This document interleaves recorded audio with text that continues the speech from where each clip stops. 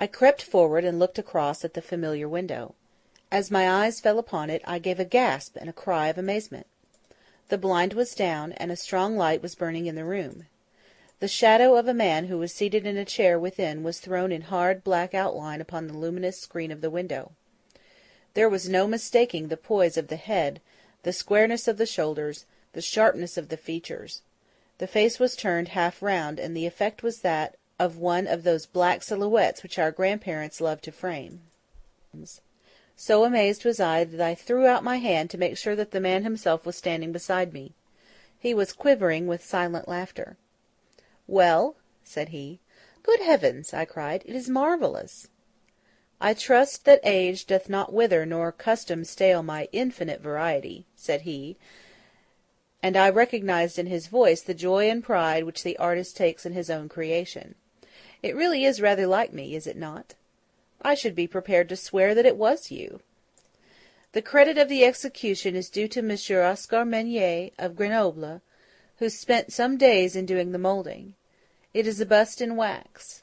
The rest I arranged myself during my visit to Baker Street this afternoon." "But why?" "Because, my dear Watson, I had the strongest possible reason for wishing certain people to think that I was there when I was really elsewhere." "And you thought the rooms were watched?" "I knew that they were watched." "By whom?" "By my old enemies, Watson, by the charming society whose leader lies in the Reichenbach Fall. You must remember that they knew, and only they knew, that I was still alive. Sooner or later they believed that I should come back to my rooms. They watched them continuously, and this morning they saw me arrive." "How do you know?" "Because I recognized their sentinel when I glanced out of my window. He is a harmless enough fellow, Parker by name, a garroter by trade, and a remarkable performer upon the Jew's-harp. I cared nothing for him, but I cared a great deal for the much more formidable person who was behind him, the bosom friend of Moriarty, the man who dropped the rocks over the cliff, the most cunning and dangerous criminal in London. That is the man who is after me tonight, Watson, and that is the man who is quite unaware that we are after him." My friend's plans were gradually revealing themselves. From this convenient retreat the watchers were being watched and the trackers tracked. That angular shadow up yonder was the bait, and we were the hunters. In silence we stood together in the darkness and watched the hurrying figures who passed and repassed in front of us. Holmes was silent and motionless, but I could tell that he was keenly alert, and that his eyes were fixed intently upon the stream of passers-by. It was a bleak and boisterous night, and the wind whistled shrilly down the long street. Many people were moving to and fro, most of them muffled in their coats and cravats. Once or twice it seemed to me that I had seen the same figure before, and I especially noticed two men who appeared to be sheltering themselves from the wind in the doorway of a house, some distance up the street. I tried to draw my companion's attention to them, but he gave a little ejaculation of impatience, and continued to stare into the street. More than once he fidgeted with his feet and tapped rapidly with his fingers upon the wall. It was evident to me that he was becoming uneasy, and that his plans were not working out altogether as he had hoped.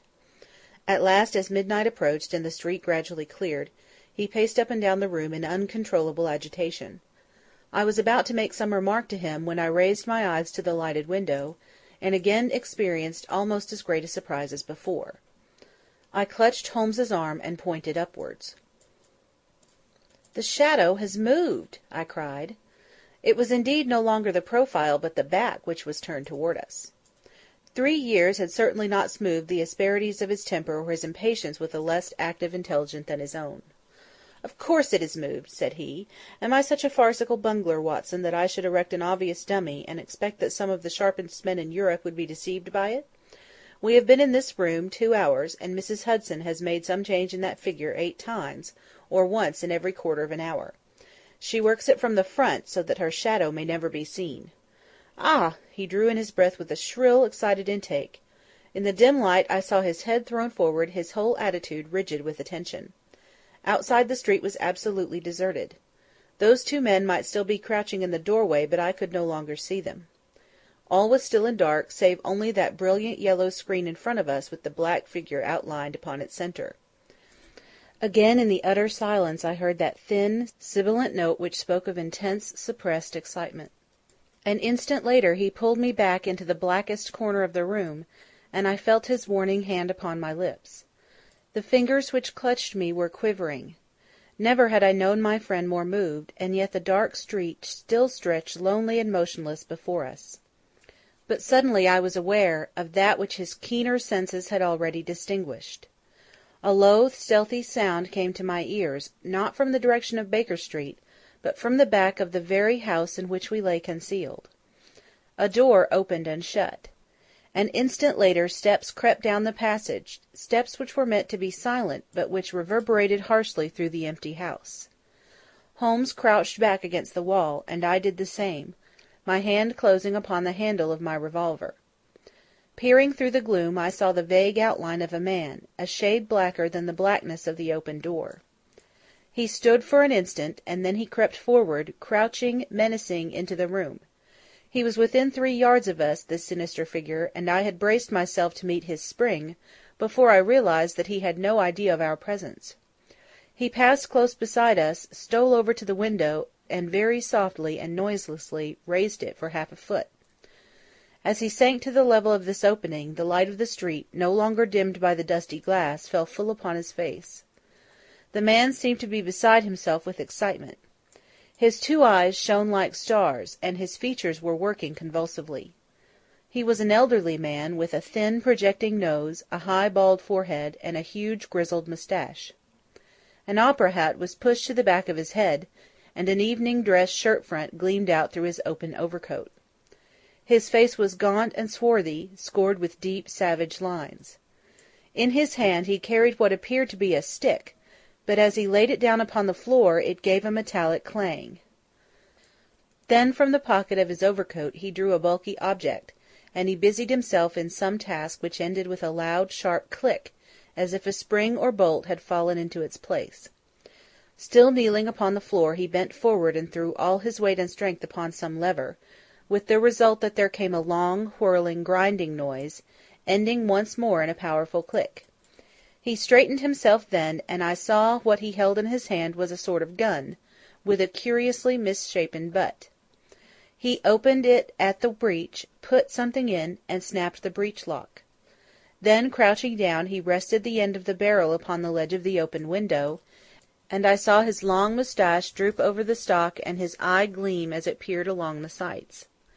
I heard a little sigh of satisfaction as he cuddled the butt into his shoulder, and saw that amazing target, the black man on the yellow ground, standing clear at the end of his foresight. For an instant he was rigid and motionless. Then his finger tightened on the trigger.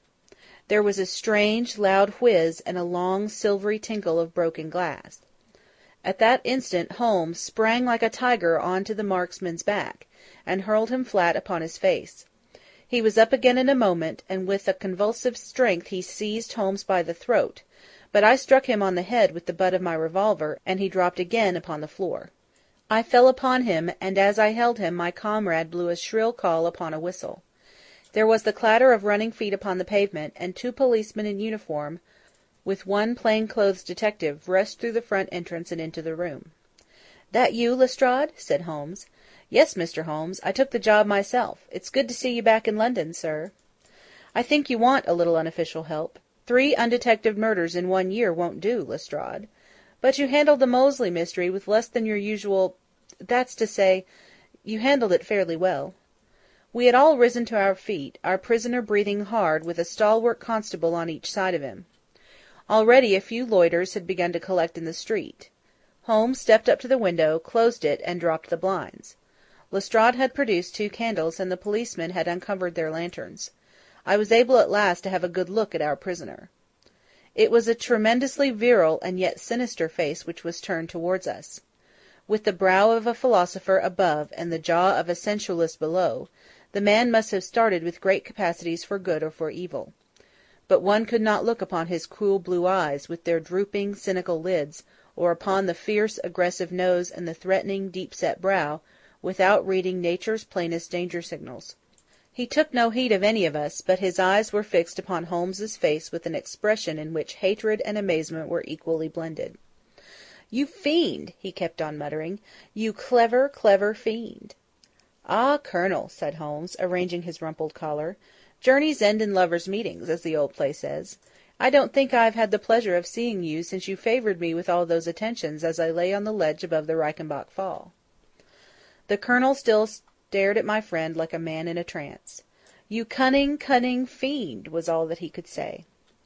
"I have not introduced you yet," said Holmes. "This gentleman is Colonel Sebastian Moran, once of Her Majesty's Indian Army, and the best heavy-game shot that our Eastern Empire has ever produced. I believe I am correct, Colonel, in saying that your bag of tigers still remains unrivalled?" The fierce old man said nothing, but still glared at my companion. With his savage eyes and bristling moustache he was wonderfully like a tiger himself. "I wonder that my very simple stratagem could deceive so old a shikari," said Holmes. "It must be very familiar to you. Have you not tethered a young kid under a tree, lain above it with your rifle, and waited for the bait to bring up your tiger? This empty house is my tree, and you are my tiger.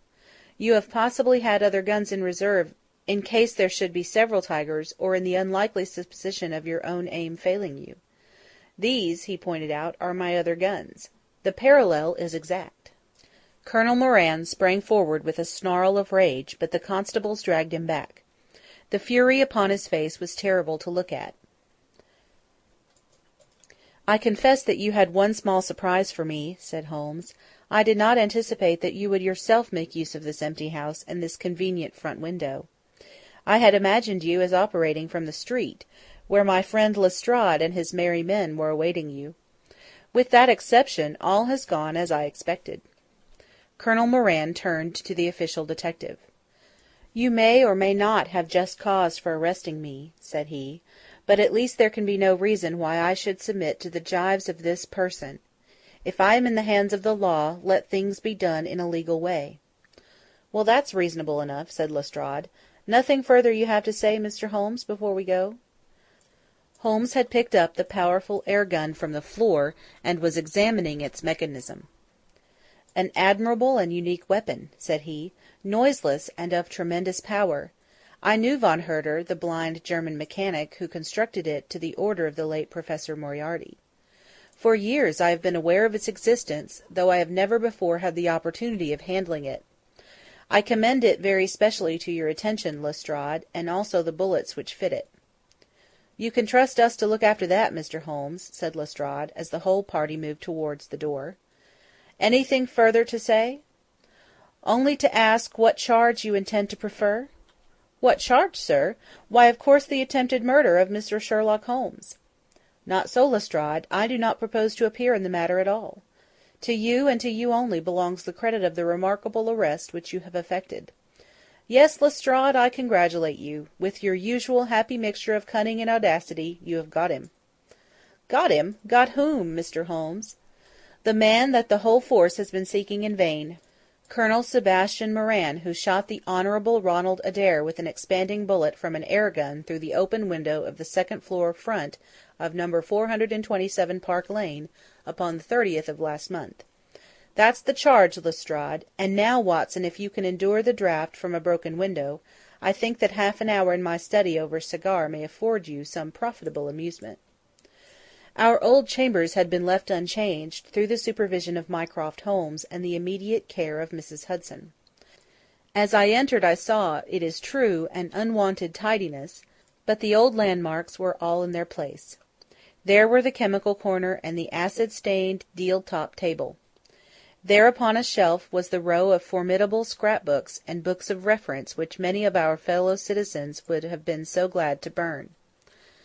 The diagrams, the violin case, and the pipe-rack, even the Persian slipper which contained the tobacco, all met my eyes as I glanced round me.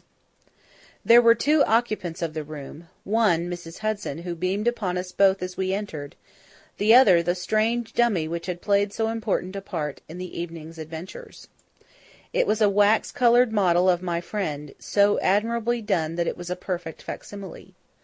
It stood on a small pedestal table with an old dressing-gown of Holmes's so draped round it that the illusion from the street was absolutely perfect. "I hope you observed all precautions, Mrs. Hudson?" said Holmes. "I went to it on my knees, sir, just as you told me." "Excellent. You carried the thing out very well. Did you observe where the bullet went?" "Yes, sir, I'm afraid it has spoilt your beautiful bust, for it passed right through the head and flattened itself on the wall. I picked it up from the carpet. Here it is." Holmes held it out to me. "A soft revolver bullet, as you perceive, Watson. There's genius in that, for who would expect to find such a thing fired from an air gun?" "All right, Mrs. Hudson. I am much obliged for your assistance. And now, Watson, let me see you in your old seat once more, for there are several points which I should like to discuss with you." He had thrown off the seedy frock-coat, and now he was the Holmes of old in the mouse-coloured dressing-gown which he took from his effigy. "The old shikari's nerves have not lost their steadiness, nor his eyes their keenness," said he with a laugh, as he inspected the shattered forehead of his bust. "Plumb in the middle of the back of the head, and smack through the brain. He was the best shot in India, and I expect that there are few better in London. Have you heard the name?" "No, I have not." "Well, well, such is fame. But then, if I remember right, you had not heard the name of Professor James Moriarty, who had one of the great brains of the century. Just give me down my index of biographies from the shelf." He turned over the pages lazily, leaning back in his chair and blowing great clouds from his cigar. "My collection of M's is a fine one," said he. "Moriarty himself is enough to make any letter illustrious, and here is Morgan the poisoner, and Meridew of abominable memory, and Matthews, who knocked out my left canine in the waiting-room at Charing Cross, and finally here is our friend of tonight." He handed over the book, and I read: Moran, Sebastian, Colonel.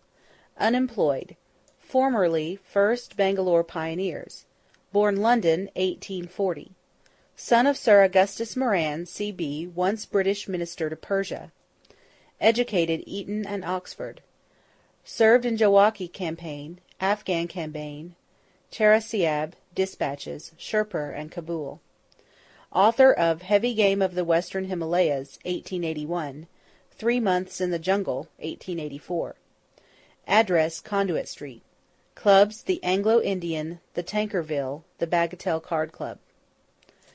On the margin was written in Holmes's precise hand, "The second most dangerous man in London." "This is astonishing," said I, as I handed back the volume. "The man's career is that of an honourable soldier." "It is true," Holmes answered. "Up to a certain point he did well. He was always a man of iron nerve, and the story is still told in India how he crawled down a drain after a wounded man-eating tiger. There are some trees, Watson, which grow to a certain height, and then suddenly develop some unsightly eccentricity. You will see it often in humans. I have a theory that the individual represents in his development the whole procession of his ancestors, and that such a sudden turn to good or evil stands for some strong influence which came into the line of his pedigree. The person becomes, as it were, the epitome of the history of his own family." "It is surely rather fanciful." "Well, I don't insist upon it. Whatever the cause, Colonel Moran began hot to hold him. He retired, came to London, and again acquired an evil name. It was at this time that he was sought out by Professor Moriarty, to whom for a time he was chief of the staff. Moriarty supplied him liberally with money, and used him only in 1 or 2 very high-class jobs, which no ordinary criminal could have undertaken. You may have some recollection of the death of Mrs. Stewart of Lauder in 1887. Not? Well, I am sure Moran was at the bottom of it, but nothing could be proved. So cleverly was the Colonel concealed that, even when the Moriarty gang was broken up, we could not incriminate him. You remember at that date when I called upon you in your rooms how I put up the shutters for fear of air guns? No doubt you thought me fanciful. I knew exactly what I was doing, for I knew of the existence of this remarkable gun, and I also knew that one of the best shots in the world would be behind it. When we were in Switzerland he followed us with Moriarty, and it was undoubtedly he who gave me that evil 5 minutes on the Reichenbach ledge. You may think that I read the papers with some attention during my sojourn in France, on the outlook for any chance of laying him by the heels. So long as he was free in London, my life would not really have been worth living. Night and day the shadow would have been over me, and sooner or later his chance must have come. What could I do? I could not shoot him at sight, or I should myself be in the dock. There was no use appealing to a magistrate. They cannot interfere on the strength of what would appear to them to be a wild suspicion. So I could do nothing. But I watched the criminal news, knowing that sooner or later I should get him. Then came the death of this Ronald Adair. My chance had come at last. Knowing what I did, was it not certain that Colonel Moran had done it? He had played cards with the lad, he had followed him home from the club, he had shot him through the open window. There was not a doubt of it. The bullets alone are enough to put his head in a noose. I came over at once. I was seen by the sentinel, who would, I knew, direct the Colonel's attention to my presence. He could not fail to connect my sudden return with his crime, and to be terribly alarmed. I was sure that he would make an attempt to get me out of the way at once, and would bring round his murderous weapon for that purpose. I left him an excellent mark in the window, and, having warned the police that they might be needed— by the way, Watson, you spotted their presence in that doorway with unerring accuracy— I took up what seemed to me to be a judicious post for observation, never dreaming that he would choose the same spot for his attack. Now, my dear Watson, does anything remain for me to explain? Yes, said I. You have not made it clear what was Colonel Moran's motive in murdering the Honourable Ronald Adair. Ah, my dear Watson, there we come into those realms of conjecture where the most logical mind may be at fault. Each may form his own hypothesis upon the present evidence, and yours is as likely to be correct as mine. You have formed one, then? I think that it is not difficult to explain the facts. It came out in evidence that Colonel Moran and young Adair had, between them, won a considerable amount of money. Now, Moran undoubtedly played foul. Of that I have long been aware. I believe that on the day of the murder Adair had discovered that Moran was cheating. Very likely he had spoken to him privately, and had threatened to expose him unless he voluntarily resigned his membership of the club, and promised not to play cards again. It is unlikely that a youngster like Adair would at once make a hideous scandal by exposing a well-known man so much older than himself. Probably he acted as I suggest. The exclusion from his clubs would mean ruin to Moran, who lived by his ill-gotten card gains. He therefore murdered Adair, who at the time was endeavouring to work out how much money he should himself return, since he could not profit by his partner's foul play. He locked the door lest the ladies should surprise him and insist upon knowing what he was doing with these names and coins. Will it pass? I have no doubt that you have hit upon the truth. It will be verified or disproved at the trial. Meanwhile, come what may, Colonel Moran will trouble us no more. The famous air-gun of Von Herder will embellish the Scotland Yard Museum, and once again Mr. Sherlock Holmes is free to devote his life to examining those interesting little problems which the complex life of London so plentifully presents.